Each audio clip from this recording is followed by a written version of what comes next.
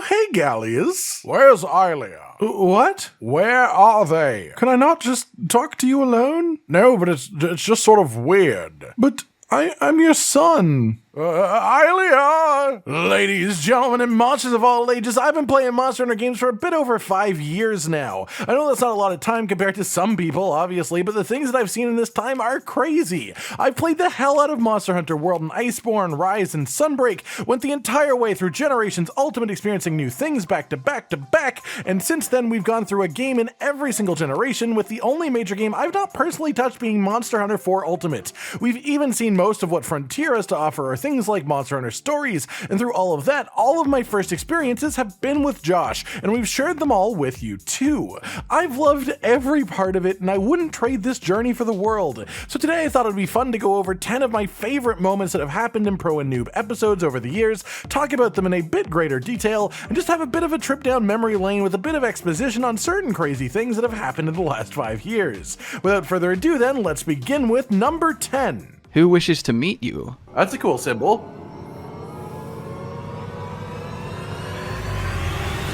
Dad? Why did he nod solemnly after you said that? You didn't even say anything else. It's like, all right, well, we'll talk about it later then. You can be professional for now in front of your friends. Yes, we'll catch up. It's good to see you still managed to grow up after I abandoned you, Cotton. Well, I mean, I guess you didn't abandon me that far if I was just able to take a boat over. You've got a nice beard. Oh, okay, I'll shut up now. And this one had been building up for a while. In the time before a new game or expansion releases, I do my absolute best to stay as blind as possible to the new content, wanting to go in bright-eyed, bushy-tailed, and completely unbiased in any way towards anything, so I can just get the full first experience for me in recordings for everyone. But one of the few things that slipped past my barriers for Sunbreak was the existence of this one character, because everyone, and I mean goddamn everyone, was messaging me, telling me that they put one of my characters in the game, and, well, I love Galleus. I know that realistically it has nothing to do with us actually, and that the chances that the actual developers of the game are both aware of us enough and care about what we've done to actually reference us in any way, but it's really hard for me to deny that Galleus sort of looks like a Cotton. Luchika has the personality that Josh puts into the more roleplay type moments of Ilia, and Jay is very Cotton-esque. Something about Elgato just as a whole feels freakily like seeing my own characters come to life as NPCs in various ways, and the first moment that I was able to call Galleus dad in an episode was just, it was hilarious to me. There was so much build up to it, and I will never forget it. Number 9. Okay. Crouch down, see you get in. Okay. This is one of the creepier monsters. Just laugh at it! You can't just laugh at it! What the fuck? You can't just laugh at it! Man! Why is there a penis monster? Oh my god! He's blind! Oh! Look, okay, I don't even know what to add to this one. Josh does a great job of trying to build up every new monster that I'm gonna see, get the excitement building and broiling, get me ready for each thing that I fight to potentially be my new favorite monster. Then I step into the cave and... look, guess who left an impression on me instantly? I said he looked like what he looks like to me, and Josh's immediate response was, he's blind. I have no idea if he was trying to just brush over what I'd said and move on, or somehow use that blindness as an excuse to describe it, but if I wasn't laughing so much, my response to that simply would have been, you mean he doesn't even know that's what he looks like? But I just couldn't stop laughing. I could barely breathe. I just thought everything about it was so funny, and I could not believe that was a real monster in Monster Hunter. Number 8. Alright, here we go. Okay, Batman. You're welcome, Batman. I didn't say thank you. We're both Batman. I know, but that doesn't affect the fact that you said you're welcome. We do what we want. That's how Batman works. Okay, Batman, why are you talking about us in the third person? You're welcome, Batman. Thank you. No problem. You're welcome. Come again. Maybe later. Tomorrow evening. We'll see how the night lows. Goodbye. Goodbye. 2 hours later. Hi. This isn't tomorrow evening yet, Batman. Time moves as Batman wishes. You're right, it's always night, as long as I'm wearing this cowl. Batman must hunt. I have genuinely no proper explanation for why this even happened. One of us just said something in a gruff voice, the other one called it Batman. Then we just Batmaned back and forth for ages, for no reason in particular. Just saying silly stuff in a deep, gruff voice. There was no real instigator for this, no real relevance to the monsters in the video at all. It was just us being silly, and it makes me laugh every time I watch it back. It's moments like these that just solidify why I love what we do here. It makes no sense. It just happened, and we both went with it. Number 7. Wind serpent, thunder serpent, all the serpents.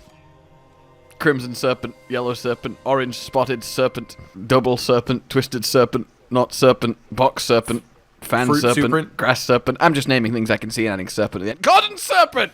Agricultural serpent. Almond my corn! Thank you, farm snake. Your contributions are noted. I've been farming my corns all day long, and these goddamn other varmints out here telling me my corn ain't nothing compared to their elements. I tell you, take your wind and thunder and shove it up your butt. I got corns. I mean, come on, who can forget Corn Serpent Greg? This hard-working snake, presumably an Elder Dragon in theory considering his compatriots, goes out of his way not to destroy the world, but instead to feed it, using nothing but the humble corn. I love this moment, it's just silly, it created a running bit that still matters up to this day, and it makes me laugh genuinely every single time I watch it. Not just, oh haha, but like, it makes me properly stop what I'm doing and have a chuckle for a couple of minutes, and I love that. Number 6. Yeah, where is his what? Oh, there we go. Oh, the nub! Look at it! Look at it! The Oh! nub! That was the nub! Oh my god, the physics on it! The fucking Look at it! Oh, that's actually, I don't like it. Why is it so skin like light colored? I'm just saying, I've got some words I could say about it, yeah, but I'm gonna refrain I feel from. like you're having a Kezu moment. I'm having a bit of a Kezu moment, and I don't even want to say it because it looks more like it than Kezu does, so it just feels weird to talk about it now. Like I don't want to. I can't take my eyes off it flopping. Why is it so white? What is there to even say about this, though? It's basically Kezu 2.0. We'd seen Shogun's nub in the past, we knew that it looked sort of weird, but seeing it in modern game graphics, a reveal happening after we'd have to break its shell purposefully in full-on fidelity, this in front of us was just, arguably, it was a mistake. It looks like a dick. There's no other way to put it. It's skin colored, it's floppy, it has way too much detail, and just the genuine, indisputable fact that at least one person spent genuinely hours just rendering out what this thing would look like, full on crafting Shogun's nub, and nobody thought it prudent to bring up the way that it looked is just so funny to me. The idea that someone had to actually spend a ton of time making this thing, I find it hilarious. It's as simple as that. Number 5. Why are the raptors serenading us in the background? It's a raptor shop quartet. It's a raptor shop quartet! Together two lips like roses and clover. And now I have to be careful about how much of that one I actually show with the song itself, as it isn't usable anymore because of the way that YouTube's changed, but it's the concept that matters more than anything. The Genprey quartet, the way that small raptors in old games used to just bunch up in a corner of his own and just start yelling at the large monster in a beautiful symphony of noise. This does still happen occasionally in the newer games. You can even catch the Boggy doing a sort of version of this in Sunbreak, but none of them are as explicit as the Genprey, and none of the games did it as noticeably as Generations did, at least for us. And so the Genprey quartet was born in this moment, a beautiful recurring bit that made me smile and laugh every time that we saw it, and the bit just kept on growing as it reappeared throughout the Generations Ultimate Pro and Noob series. Number 4. The faces!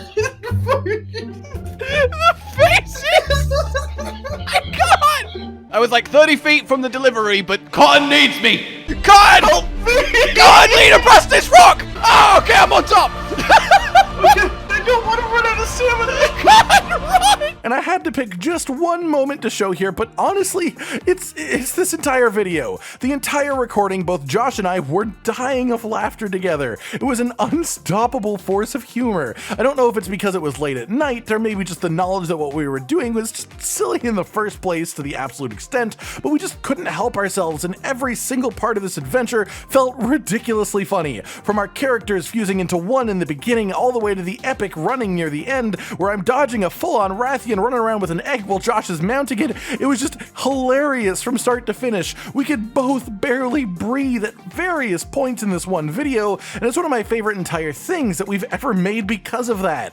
Number 3. I'm following you.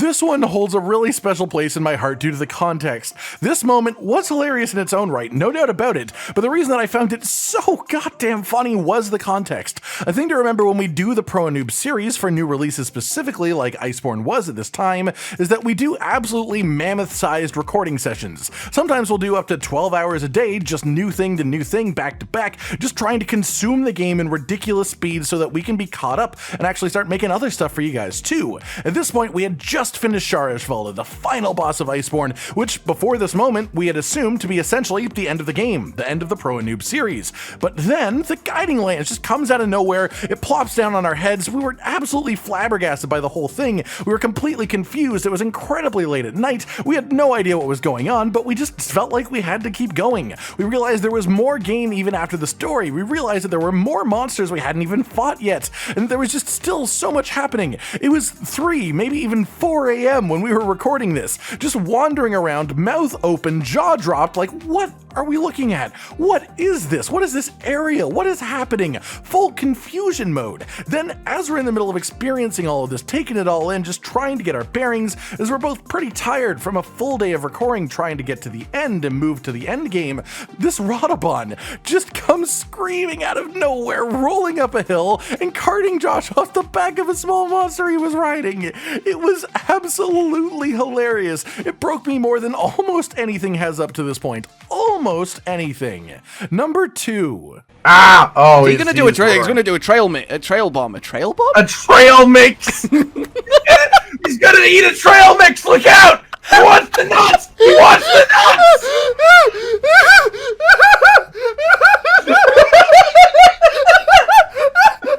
He's going for the nuts. Look out!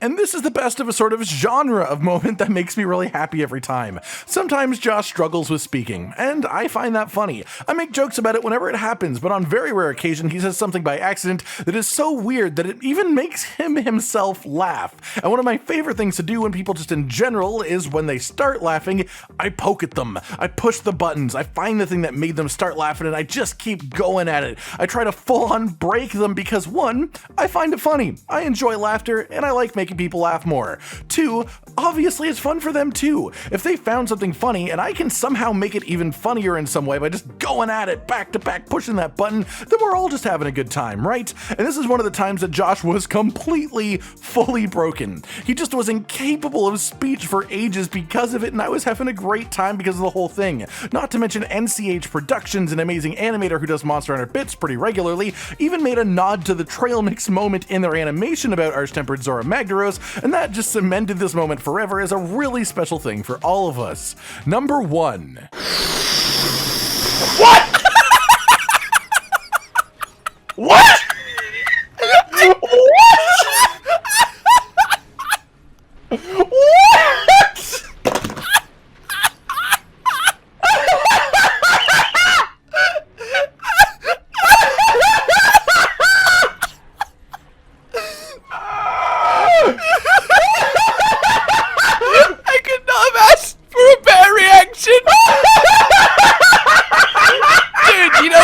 You give someone a present and you watch their face while they open it?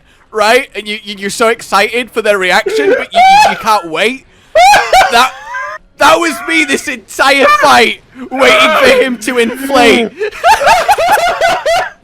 I legitimately just dropped my controllers and he slowly beat me out of the zone. Yep, I would be very surprised if anyone didn't see this coming. Zamtrios is flat out my favorite first monster hunt experience I've ever had. There was just something so glorious about it that I don't know can ever be recreated in a future monster. Up until this point, monsters had generally stuck out to a sort of theme. There were silly monsters, there were cool monsters, and if they had alternate forms, they just boosted their silly or cool factor, sort of doubling down on what they already were. But Zamtrios was my first exception to this rule. He's a shark. I love sharks. Then he gave himself this really badass ice armor, and I thought that was awesome. He looked super cool, and so obviously in my mind at this point, he's categorized as a cool monster, right? Then out of nowhere, he just expands. He turns into a freaking balloon, and it is so funny. It is hilarious to me. It is silly to the maximum, and the best part, the absolute best part about it, is that it doesn't help him in any way, shape, or form. It doesn't make him more dangerous. It doesn't make him stronger. It doesn't make him more resilient to damage. It's just a thing that he can do, so he does it, because why not? That's what I love the most about it. It's just so out of nowhere. It is so unhelpful to him to do, but he does it, and it turns an incredibly cool monster into an incredibly silly monster too for a short period of the fight, and he somehow manages to capture both of these elements so perfectly. I dropped my controller in pure joyous confusion when this happened, and I will never forget this moment as long as I live, honestly. And that's it for today, everyone. My 10 personal favorite moments in the Pro and Noob series. Let us know your favorite moments down below as well, and we'll go back through memory lane talking about some more in the future if you enjoyed this. Of course, this also includes non-Monster Hunter episodes, but I generally stuck to Monster Hunter for this one because those are just the ones that stick in my brain the most, the ones that are a core memory to me, so to say. And I love that doing this series has given me these moments, as well as the entertainment that you guys seem to get from it too. I hope you enjoyed this video, and again, let us know any more moments you want us to talk about in some detail, or even give some context for what was going on at the time. Like if you liked the video, subscribe and hit the notification bell for more, and most importantly, ladies and gentlemen, until next time, stay sweet. Josh, Cotton, and Hollow with the videos, dropping the humor like a hammer on your tippy toes, bringing entertainment on a daily arrangement to take our insanity and turn it into entertainment. Yes, I said entertainment twice, to reiterate that it is nice to look into your faces on a mostly daily basis when you let us in your homes to make the whole world a stage. Goodbye.